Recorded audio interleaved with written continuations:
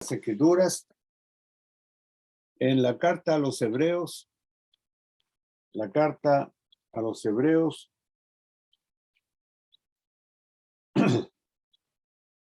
capítulo 2, verso 14.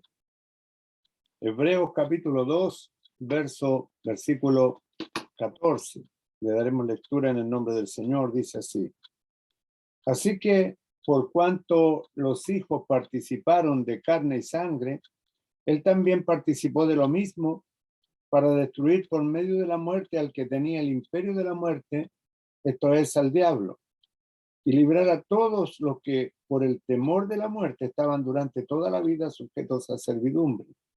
Porque ciertamente no socorrió a los ángeles, sino que socorrió a la descendencia de Abraham, por lo cual debía ser en todo semejante a sus hermanos para venir a ser misericordioso y fiel sumo sacerdote en lo que a Dios se refiere, para expiar los pecados del pueblo.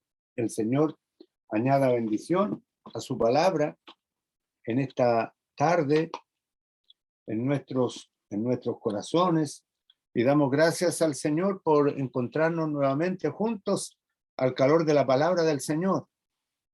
Y hablamos acerca de la muerte del Señor Jesucristo en reuniones anteriores.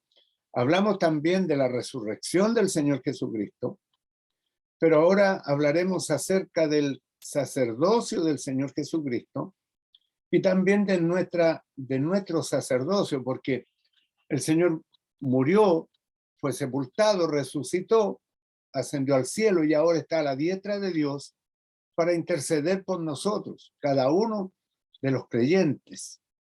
Ahora, cuando hablamos acerca del sacerdocio, es un tema totalmente distinto a lo que pudieran ser los ministerios, a los evangelistas, los pastores, los maestros. Es un tema totalmente diferente. Ahora, podríamos hacernos la pregunta, ¿qué es el sacerdocio cristiano? ¿Somos los varones solamente los que somos sacerdotes en la iglesia? ¿O son también las hermanas quienes ministran en el sacerdocio también? Ahora, ¿cómo podemos concebir estas cosas? ¿Cuáles pudieran ser los aspectos más importantes del sacerdocio, por ejemplo? Y estas son algunas de las preguntas que quisiéramos respondernos en este estudio también. He estado indagando un poquito acerca de esto. Ahora, el que quiera entender bien el sacerdocio cristiano debe, por sobre todo, contemplar a la persona del Señor Jesucristo. ¿Y cuál es la relación que tenemos con el Señor Jesucristo?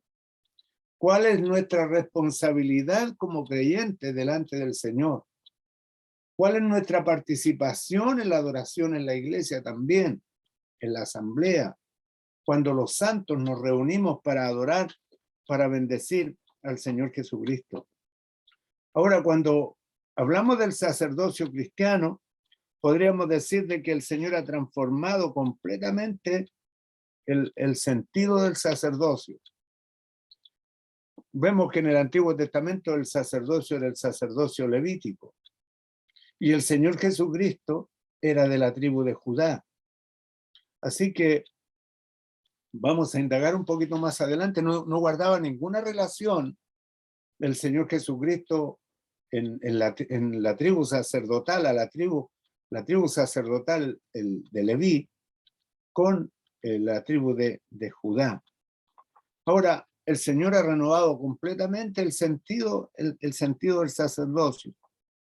Y en última instancia, ahora lo que vemos, solamente hay un único sacerdote cristiano y este es Cristo, el único. Por esta razón, veremos aquí al Señor Jesucristo como el nuevo sacerdote y nuestra relación con él. Ahora en el texto que hemos leído, yo leí algunos versículos anteriores, pero la verdad que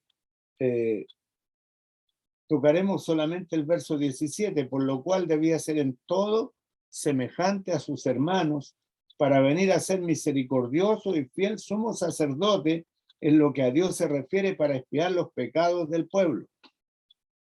Y tocamos, y en el verso 18 también dice, pues en cuanto él mismo padeció siendo tentado, es poderoso para socorrer a los que son tentados.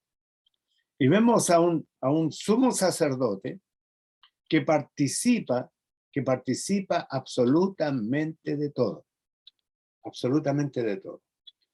Vemos que en un sentido, Moisés desaparece 40 años, entre comillas, desaparece, digo, porque se mueve hacia otra tierra y queda Aarón padeciendo junto a sus hermanos, allí en Egipto.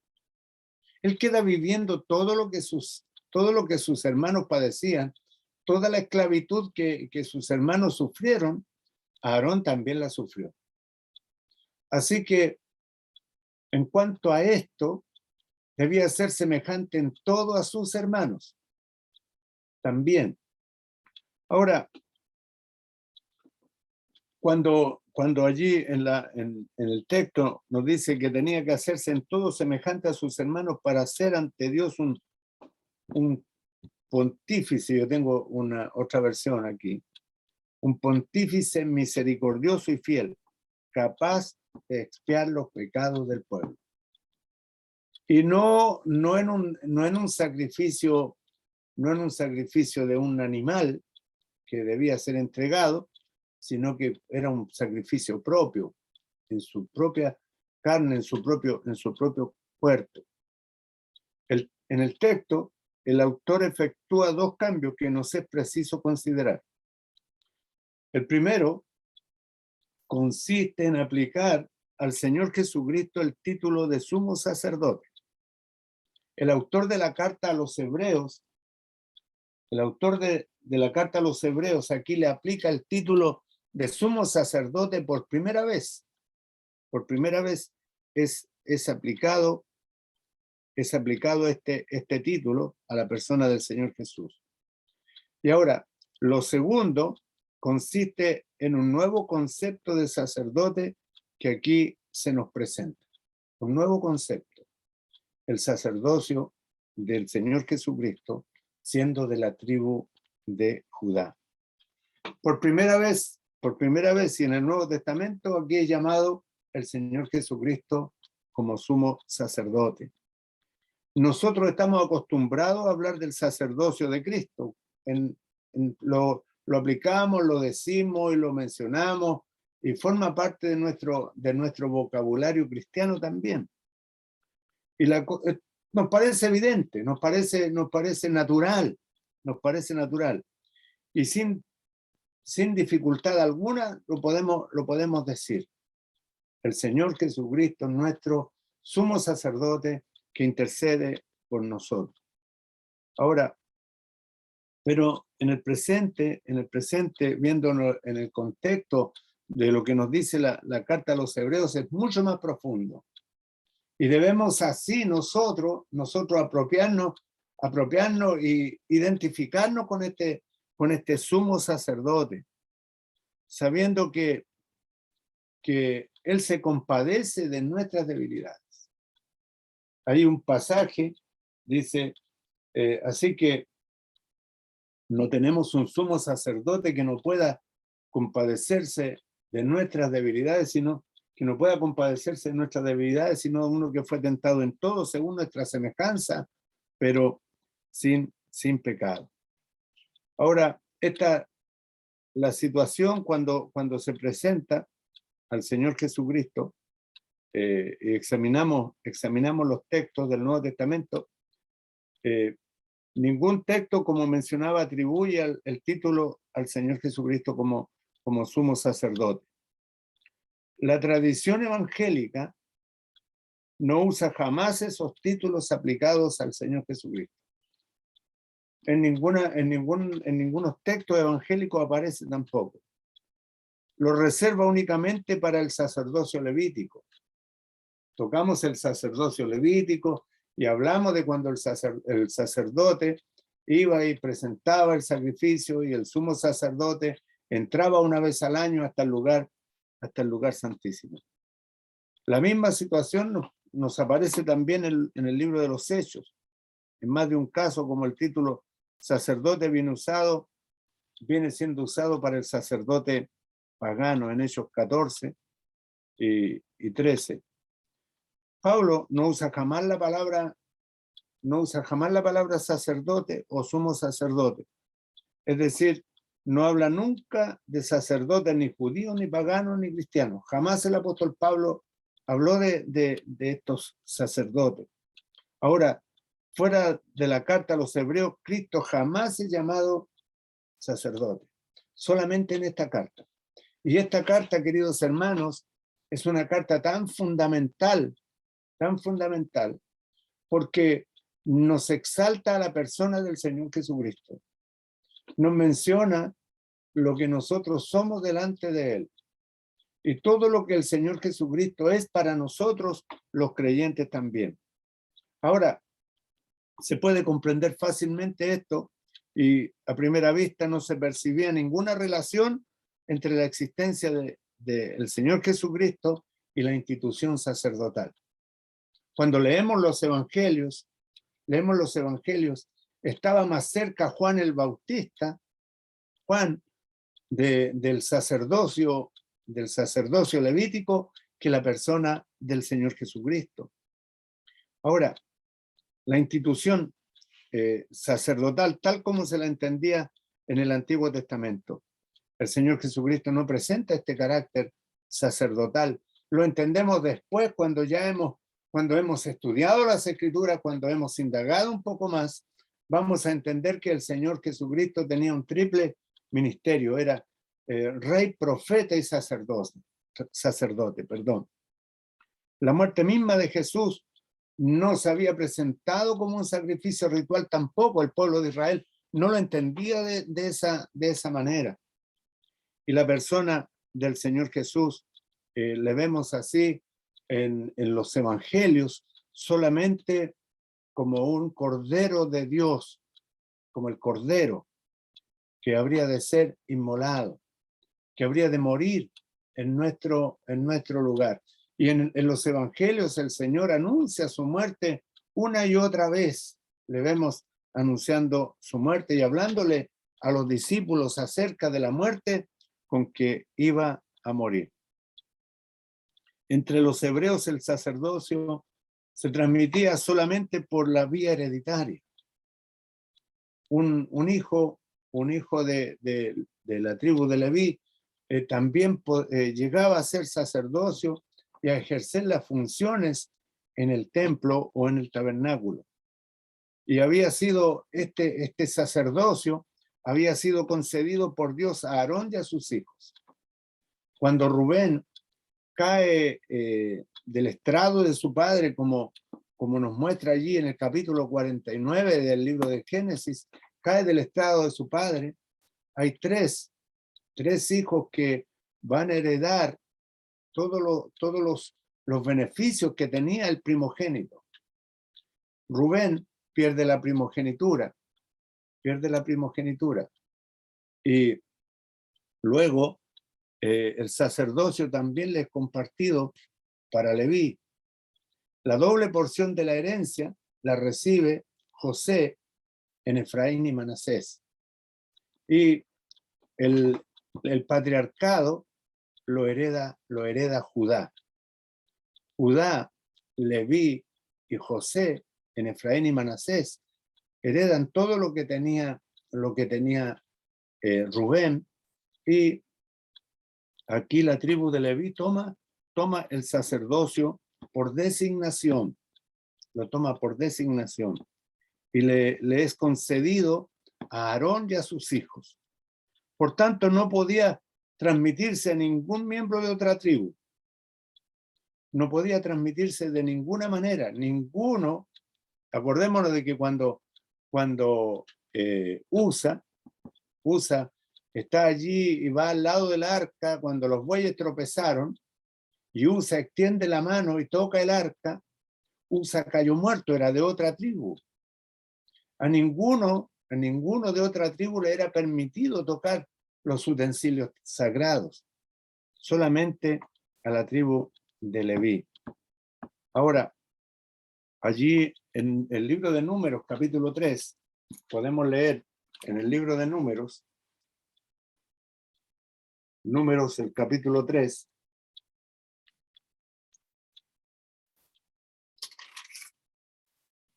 Números capítulo 3, verso 10,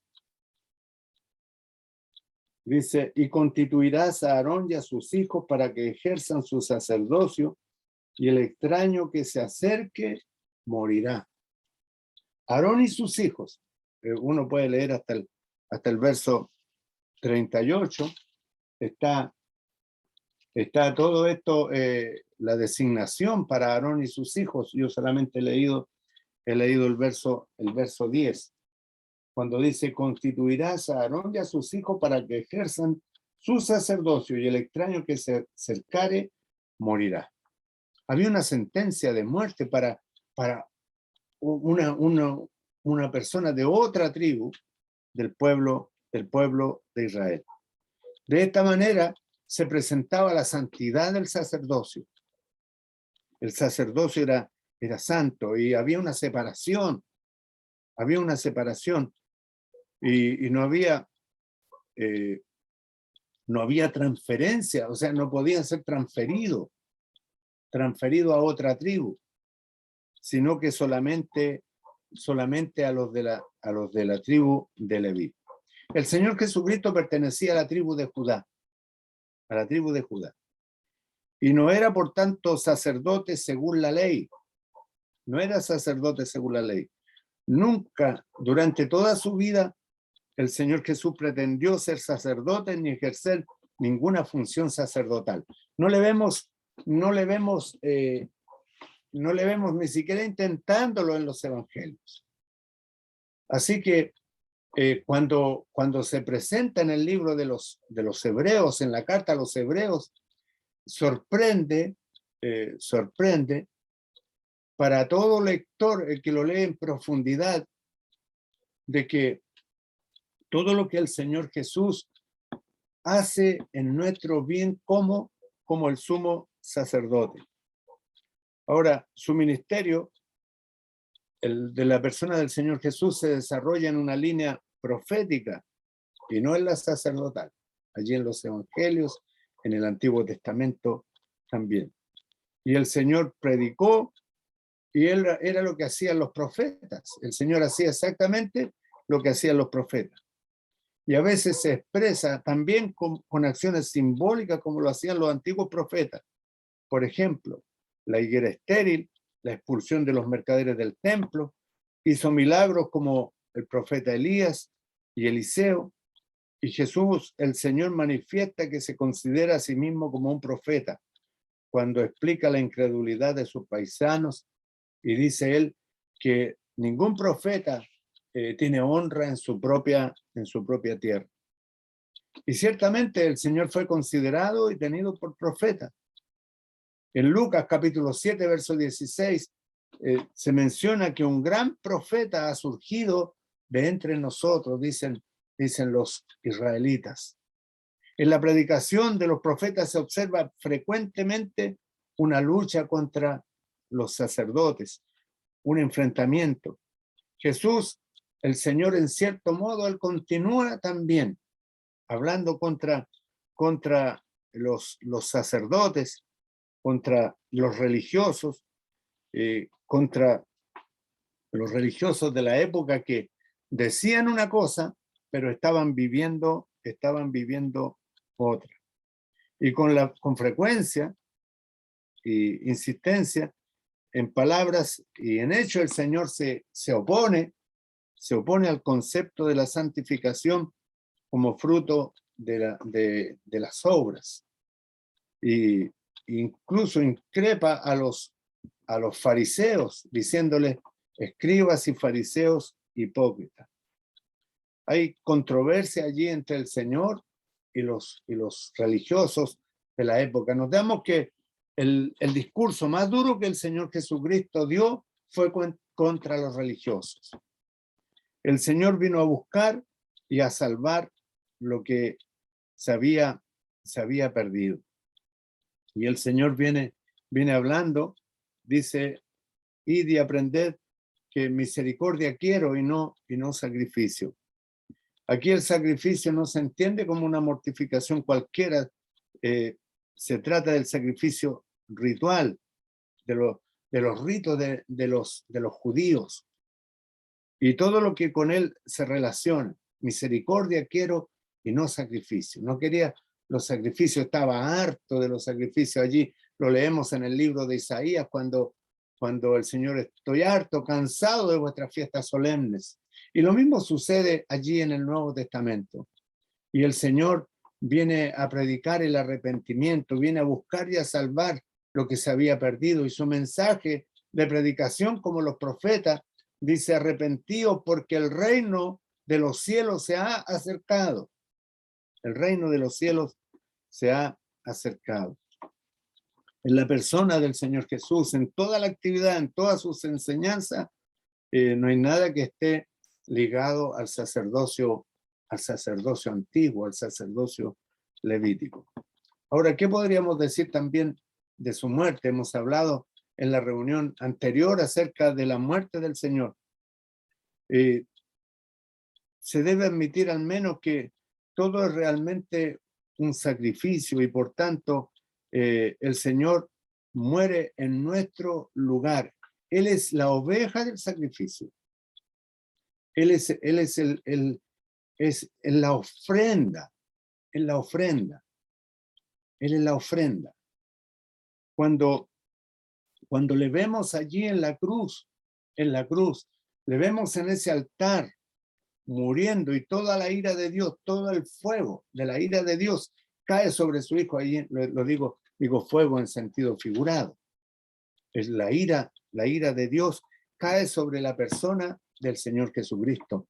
Pero le vemos como la ofrenda, le vemos como la oveja, como el Cordero de Dios que quita el pecado del mundo. El sacrificio lo ejercía un sacerdote. Ahora, el suceso del Calvario aparece sin ninguna relación con un sacrificio ritual. No era un sacrificio ritual. Aunque nosotros le podemos dar ese sentido cuando exponemos el mensaje del Evangelio, no había un sacrificio ritual. Se presenta más bien como todo lo contrario, ya que fue un castigo legal, la ejecución de una condena de muerte. Ahora bien, un castigo legal es totalmente opuesto a un sacrificio. Allí el pueblo le está castigando el gobernador ha soltado al preso y ha soltado al culpable y queda el inocente muriendo en el lugar del culpable. Así que sigue siendo un castigo legal.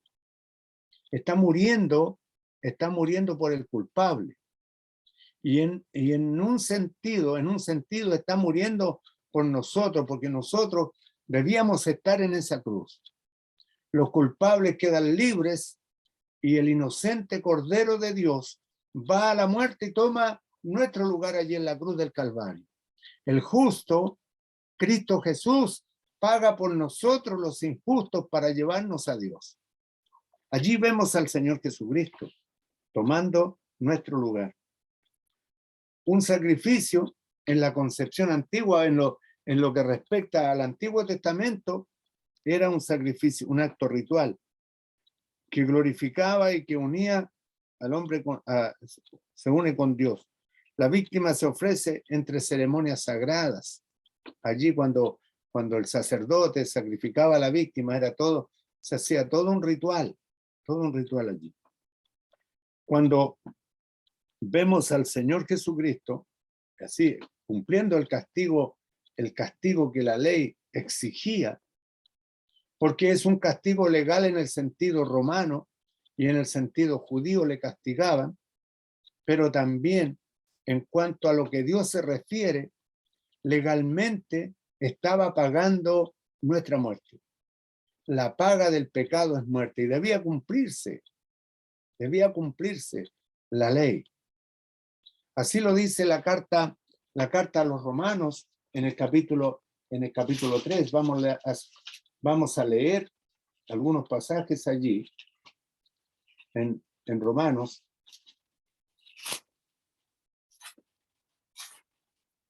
Romanos capítulo 3, donde dice: pero ahora, aparte de la ley, se ha manifestado la justicia de Dios, testificada por la ley y por los profetas. La justicia de Dios por medio de la fe en Jesucristo, para todos los que creen en él, porque no hay diferencia, por cuanto todos pecaron y están destituidos de la gloria de Dios. Y leemos allí, en el verso 25, a quien Dios puso como propiciación por medio de la fe en su sangre para manifestar su justicia. Así que el Señor Jesucristo, en ese sacrificio expiatorio, está cumpliendo la ley, donde dice que la paga del pecado es muerte, y él se pone en nuestro lugar. Visto desde afuera, el suceso del Calvario paga nuestra culpa. Y allí aumenta la distancia, y porque no era, según el pueblo judío, no era ritual ni era sacerdotal, porque es rechazado. Ahora, la situación allí que nos introduce la carta a los hebreos, esta innovación de un nuevo sacerdocio, se trata que nos va a llevar a lo que es la novedad, no tan solo para nosotros, sino como es una carta escrita a los hebreos, habría de impactarle. Y llama la atención de que esta carta escrita a los hebreos no tiene un autor humano identificado, sino que comienza diciendo: Dios, habiendo hablado muchas veces y de muchas maneras en otro tiempo a los padres por los profetas, en estos postreros días nos ha hablado por el Hijo, o en el Hijo, como dice allí el original. Ahora, se hace esta innovación y se justifica como para ahondar el misterio del Señor Jesucristo. Esta carta va a realzar a la persona del Señor Jesucristo y lo va a presentar como el sumo sacerdote, pues así lo expone luego el capítulo 8 de esta carta, la carta a los Hebreos, el capítulo 8, es una carta que cada creyente debiera conocer, debemos leer, interiorizarnos en la posicionalmente, porque la carta nos va adentrando y nos lleva hasta el santuario, y luego nos saca hasta el lugar santísimo. Nos saca hasta él, nos entra en el lugar santísimo, y luego del lugar santísimo nos saca hacia la persona del Señor Jesús, donde dice: salgamos pues a él fuera del campamento llevando su vituperio. Y en el capítulo 8, verso 1, dice: ahora bien, el punto principal de lo que venimos diciendo es que tenemos tal sumo sacerdote, el cual se sentó a la diestra del trono de la majestad en los cielos, ministro del santuario y de aquel verdadero tabernáculo que levantó el Señor y no el hombre. Ahora este sumo sacerdote debiera llenar nuestros corazones cuando nosotros nos identificamos en una identificación con él,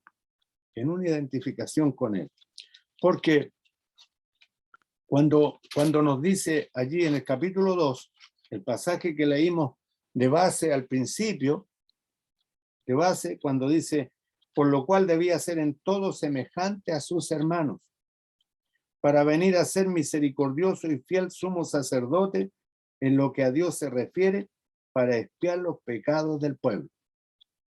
Debía ser en todo semejante a sus hermanos.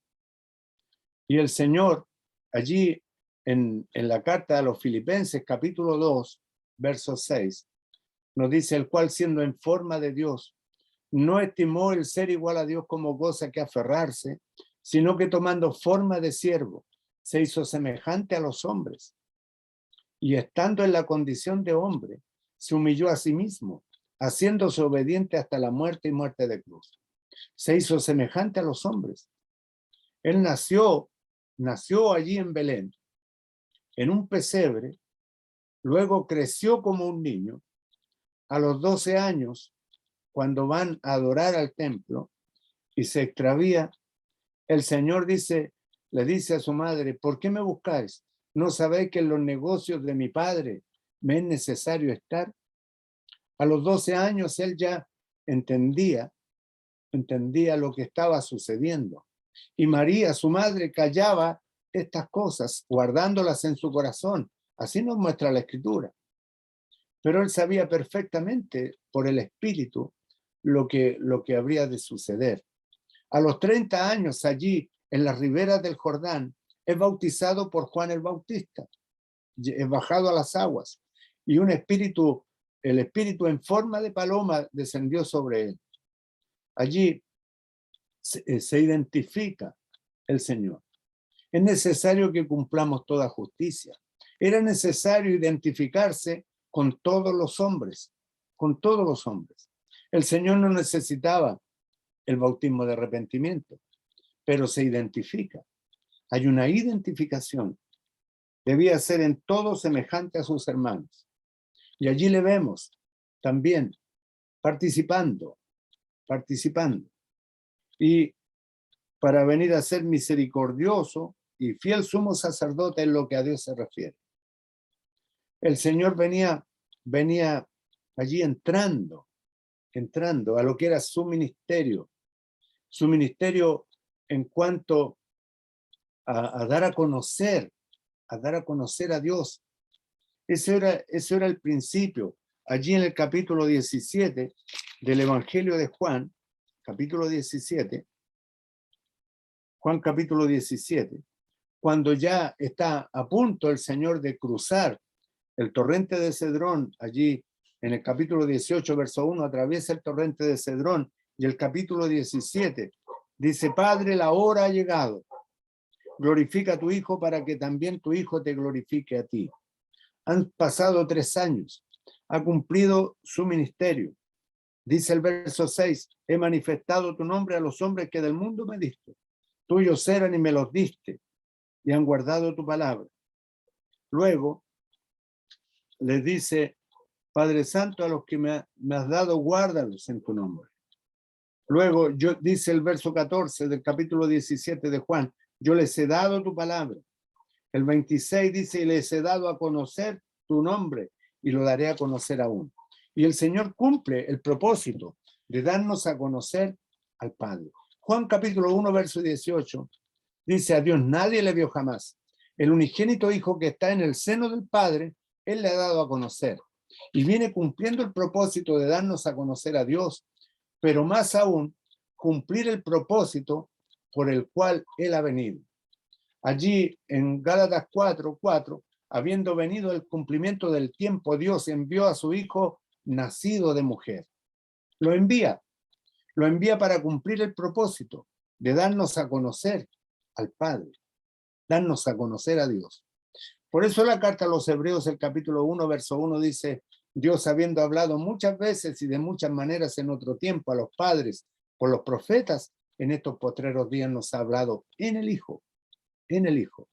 Y el Señor Jesucristo nos presenta a Dios, nos trae a Dios hacia nosotros, nos acercó a Dios personalmente Él. Cuando Felipe, en el capítulo 14 del Evangelio de Juan, Felipe le dice: muéstranos al Padre y nos basta. Y el Señor le dice: ¿tanto tiempo hace que estoy con vosotros y no me has conocido, Felipe? Yo y el Padre uno somos. Y muestra la unidad del Padre y el Hijo, Padre, Hijo y Espíritu Santo, 3 personas y un solo Dios. Pero aquí el Señor va a presentarse como el sumo sacerdote semejante en todo a sus hermanos. Y en el capítulo 4, verso 14, dice, por tanto, teniendo un gran sumo sacerdote que traspasó los cielos. Y ya aquí lo muestra, lo va exaltando aún más, porque dice en el verso 17 del capítulo 12, fiel sumo sacerdote, en lo que a Dios se refiere. El capítulo 4, verso 14, es un gran sumo sacerdote que traspasó los cielos, Jesús el Hijo de Dios, y se presenta ya en el cielo, se presenta como el gran sumo sacerdote, traspasó los cielos, y se presenta no con sangre ajena, como lo hacía el sumo sacerdote en el Antiguo Testamento, sino que lo hace con su propia sangre. Presenta su propio sacrificio y también nos representa a todos nosotros los que hemos confiado en la obra de la cruz. Usted y yo estamos representados por la persona del Señor Jesucristo. En otras palabras, el Señor Jesucristo, cuando llega a la presencia de Dios allá con el sacrificio, viene representando a cada uno de los creyentes en esta sala. He muerto por todos estos. He muerto por aquellos que han de creer en mí. Porque el Señor allí en el capítulo 17, en la oración, lo que se llama la oración sacerdotal, lleva ese título, muchos le han dado ese título, y dice, no ruego solamente por estos, sino por los que han de creer en mí por la palabra de ellos. Y allí estamos incluidos nosotros, y el Señor nos representa allí también. Sabiendo lo que dice en Efesios capítulo 1, verso 4, según nos escogió en él antes de la fundación del mundo, para que fuésemos santos y sin mancha delante de él. Nos escogió antes de la fundación del mundo. El Cordero destinado desde antes de la fundación del mundo. Y este sumo sacerdote que entra, no con sangre ajena, sino con su propia sangre, para representarnos a nosotros. Y cambiar así lo que era el sacerdocio antiguo y hacer una innovación en este sacerdocio. Dice el capítulo 4, verso 15, porque no tenemos un sumo sacerdote que no pueda compadecerse de nuestras debilidades, sino uno que fue tentado en todo, uno que fue tentado en todo según nuestra semejanza, pero sin pecado. Un sumo sacerdote semejante en todo a sus hermanos, y uno que fue tentado en todo según nuestra semejanza. Y mire, quiero explayarme un poco en eso, que quisiéramos que entráramos en eso, cuando nos dice que el Señor fue tentado en todo, según nuestra semejanza. Y piense usted en lo que ha sido tentado. Podemos cada uno de nosotros pensarlo. Y el Señor sufrió tentación, pero sin pecado. El Señor no conoció pecado. Él no hizo pecado, como lo leíamos en las reuniones anteriores. Así que podemos acercarnos, en el verso 16, confiadamente al trono de la gracia, para alcanzar misericordia y hallar gracia para el oportuno socorro. Porque hay un sumo sacerdote intercediendo por nosotros.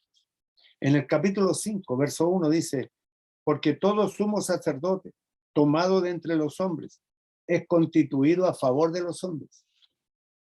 Constituido a favor de los hombres, en lo que a Dios se refiere, para que presente ofrendas y sacrificios por los pecados, para que se muestre paciente con los ignorantes y extraviados, puesto que él también está rodeado de debilidad, y por causa de ella debe ofrecer por los pecados, tanto por sí mismo como también por el pueblo. Dice, y nadie toma para sí esta honra, sino el que es llamado por Dios, como lo fue Aarón.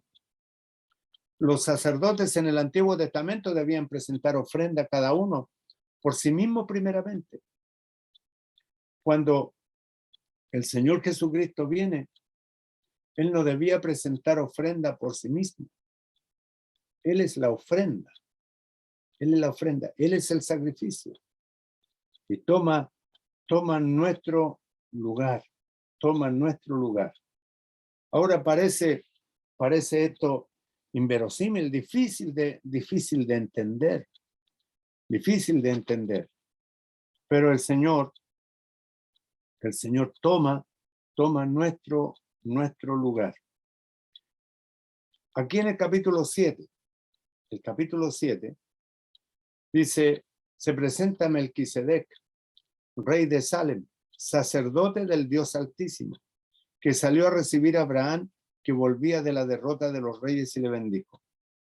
A quien asimismo dio Abraham los diezmos de todo, cuyo nombre significa primeramente rey de justicia, y también rey de Salem, esto es, rey de paz.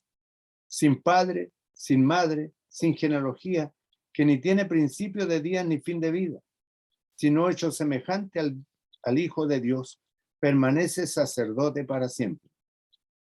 Cuando leemos acerca de Melquisedec, leemos a uno que tiene un sacerdocio similar. ¿Por qué? Porque todos los apelativos, todos los nombres que se entregan de Melquisedec, todos los nombres que se dan de él, son referidos a la persona del Señor Jesús. Rey de justicia, rey de paz, sin padre, sin madre, sin genealogía. No tiene principio de día ni fin de vida, sino hecho semejante al Hijo de Dios. Semejante al Hijo de Dios. Permanece sacerdote para siempre. Tiene un sacerdocio inmutable. Y lo que yo pienso personalmente, que Melquisedec, cuando se aparece Melquisedec, allí en el capítulo 14 del libro del Génesis, es el Señor Jesucristo en su preencarnación. Sin principio de días, sin principio ni fin de vida, semejante al Hijo de Dios. Y luego aparece nuevamente aquí en el capítulo 7. Cuando leemos aquí, dice, porque los otros ciertamente, sin juramento, fueron hechos sacerdotes, pero este con el juramento que le dijo, juró el Señor y no se arrepentirá, tú eres sacerdote para siempre, según el orden de Melquisedec. Y vemos aquí a la persona del Señor Jesucristo, según el orden de Melquisedec.